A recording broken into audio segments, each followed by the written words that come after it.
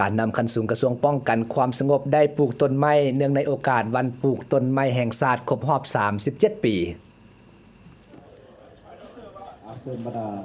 เพื่อเป็นการสร้างขบวนการเฉลิมฉลองวันเด็กน้อยสากลและวันปลูกต้นไม้แห่งชาติให้เป็นขบวนการคึกคืนดังนั้นในวันที่1มิถุนายน2017อยู่ที่กองบัญชาการป้องกันศูนย์กลางกระทรวงป้องกันความสงบคณะนำคันสูงกระทรวงป้องกันความสงบจัดพิธีปลูกต้นไม้โดยการนำพาของทานพลตรีสมแก้วศรีลาวงศ์เลขาธิการศูนย์กลางพรรครัฐมนตรีกระทรวงป้องกันความสงบมีบรรดาคณะพรรคคณะบรรษาหัวหน้ากรมห้องกรมกองวิทยาคารและแขกถูกเชิญเข้าร่วมท่านพลจตวาศรีสวัสดิ์แก้วมาลาวงศ์หัวหน้าห้องว่าการกระทรวงป้องกันความสงบได้กล่าวว่าต้นไม้ที่นำมาปลูกในครั้งนี้มีทั้งต้นไม้ที่เป็นอุตสาหกรรมต้นไม้ไหหมากและต้นไม้ประดับรวม 2,000 กว่าต้นทั้งนี้ก็เพื่อแนใส่สร้างสภาพแวดล้อมให้เป็นสีเขียวส่งเสริมคุณภาพสิ่งแวดล้อมภายในลาวเว้าเฉพาะก็แม่นขอบเขตกองบัญชาการป้องกันศูนย์กลางกระทรวงป้องกันความสงบตามคำขวัญที่ว่าเขียวสะอาดงามตาคือเป้าหมายพัฒนาไปตามทิศสีเขียวกิจกรรมปลูกต้นไม้ในครั้งนี้แม้นมีความหมายความสำคัญนอกจากปลูกต้นไม้ให้เป็นโฮมบังแดดแล้ว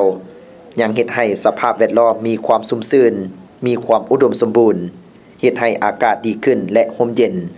พร้อมทั้งเป็นการปฏิบัตินโยบายของพรรคและแผนยุทธศาสตร์ของรัฐบาลโดยเฉพาะยุทธศาสตร์ป่าไม้ฮอดปี2020คือเพิ่มความปกหุ้มป่าไม้ให้ได้70ส่วนห้อยและปลูกไม้ให้ได้500,000 เฮกตาร์ในปี2020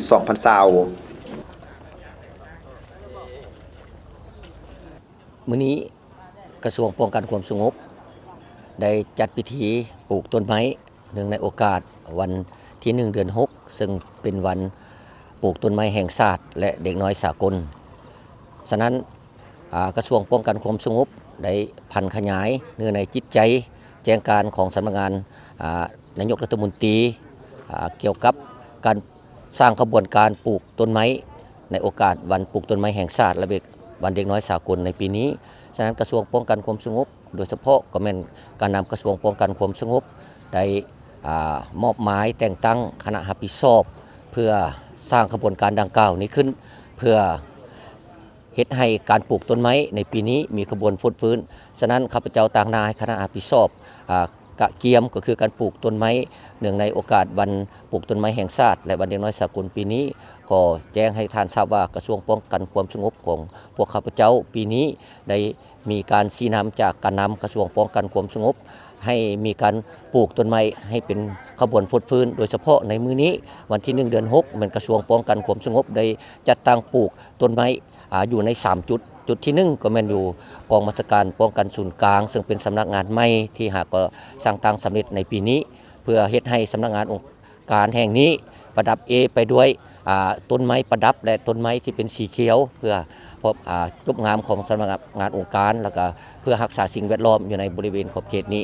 จุดที่2ก็มัน จัดตั้งมอบหมายให้กลุ่มใหญ่พลาธิการปลูกต้นไม้อยู่ในเขตเศรษฐกิจการพัฒนาอยู่ในเขตด่านซีเนาะเพื่อปลูกต้นไม้อุตสาหกรรมและต้นไม้ประดับอยู่ในเขตดังกล่าวนั้นจุดที่3เป็นมอบหมายให้กองบัญชาการเคลื่อนที่ปลูกต้นไม้อยู่ในขอบเขตสำนักงานองค์การและศูนย์ฝึกแอบอิสระเฉพาะอยู่ในดงเสียงดีนอกจากนั้นทางห้องว่าการกระทรวงป้องกันความสงบยังได้ออกแจ้งการผันขยายจากแจ้งการของ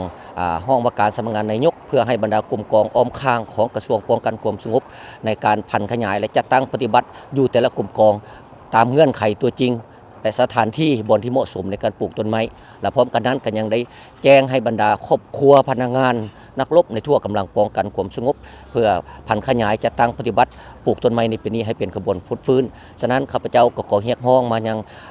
นายและพลตำรวจทุกๆกลุ่มกองเฮ็ดได้จงพร้อมเพียงเฮียงหน้ากันเฮ็ดเข้าร่วมในขบวนปลูกต้นไม้ในปีนี้ให้เป็นขบวนฟื้นและพร้อมการปกปักรักษาต้นไม้ที่พวกเขาปลูกในปีนี้ให้เกิดดอกออกผลเพื่อสมไซในขั้นต่อไปขอบคุณใจในวันเดียวกันนี้กองบัญชาการป้องกันเคลื่อนที่กระทรวงป้องกันความสงบก็ได้มีการปลูกต้นไม้โดยการนำพาของทานพลจตวาจันทร์แสวงทิพย์คุณทอง หัวหน้ากองบัญชาการป้องกันเคลื่อนที่กระทรวงป้องกันความสงบมีบรรดาคณะพรรคคณะบัญชาหัวหน้าห้องการและพนักงานนักรบเข้าร่วมกองบัญชาการป้องกันที่ตั้งกระทรวงป้องกันความสงบก็ได้จัดพิธีปลูกต้นไม้โดยการนำพาของทานพลจัตวาบุภาศรีพรหมาหัวหน้ากองบัญชาการป้องกันที่ตั้งกระทรวงป้องกันความสงบมีบรรดาคณะพรรคคณะบัญชาหัวหน้าห้องการและพนักงานนักรบเข้าร่วม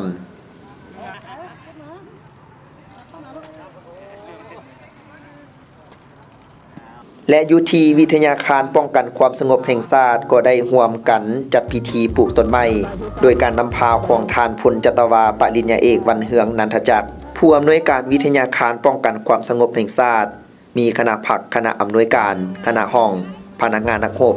ตลอดฮอดครูอาจารย์และนักศึกษาทั่ววิทยาคารป้องกันความสงบแห่งชาติเข้าร่วมในเนื่องในโอกาสวันปลูกต้นไม้แห่งชาติและวันเด็กน้อยสากลคือบรรดาท่านได้รู้ร่วมกันแล้วว่าการปลูกต้นไม้แห่งชาติเป็นนโยบายใหญ่ของพรรคและเรียกจุดสุ่มของรัฐบาลในปีนี้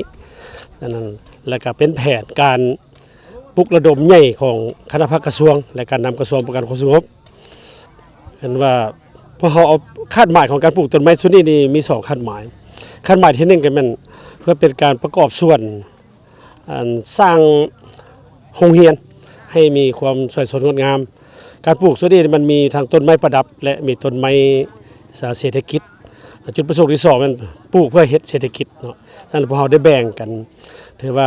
ประเภทต้นไม้ประดับนี้เป็นต้นไม้ที่มีอายุยาวและมีร่มและปลูกใส่บ่อนที่มันเปิดแปลนเพื่อให้มันปกคลุมและภาคส่วนที่2มันต้นไม้ที่เป็นเศรษฐกิจพวกเราเลือกเอาต้นไม้สักเพราะว่าการปลูกต้นไม้สักประมาณ20 ปีข้างหน้าพวกเราก็สามารถขายได้ส่วนการปลูกต้นไม้มื้อนี้เบิ่งโดยพื้นฐานแล้วก็เป็นกระบวนการกระเบิกบานสดชื่นถือว่าหลายคนก็ได้เข้าร่วมอย่างพร้อมเพรียงข้างหน้าคือพวกเราได้ก่อนจะปลูกมื้อนี้นี่พวกเราก็ได้เฮ็ดรายงานการเมืองแนวคิดเนาะได้ปลุกระดมได้เว้ากันหมดแล้วว่าทุกคนก็มีความเห็นดีเห็นพร้อมนํกันว่าการปลูกต้นไม้อันนี้มันเป็นสิ่งที่ดีเนาะเพื่อจะตั้งปฏิบัติแนวทางนโยบายของพรรคของรัฐเป็นการประกอบส่วนทรัพย์สินของตนเองถึงว่ามันน้อยๆแต่ว่าก็เป็นการประกอบส่วนทรัพย์สินของตัวเองเพื่อผลประโยชน์รวมของประเทศชาติเพื่อผลประโยชน์รวมของรวมหมู่ของโรงเรียนอันนี้เป็นความหมายของพวกเราปลูกในมื้อนี้เนาะขอเรียนรายงานนำมาท่านหรือว่าสื่อมวลชนคือจังซั่นขอขอบใจนะ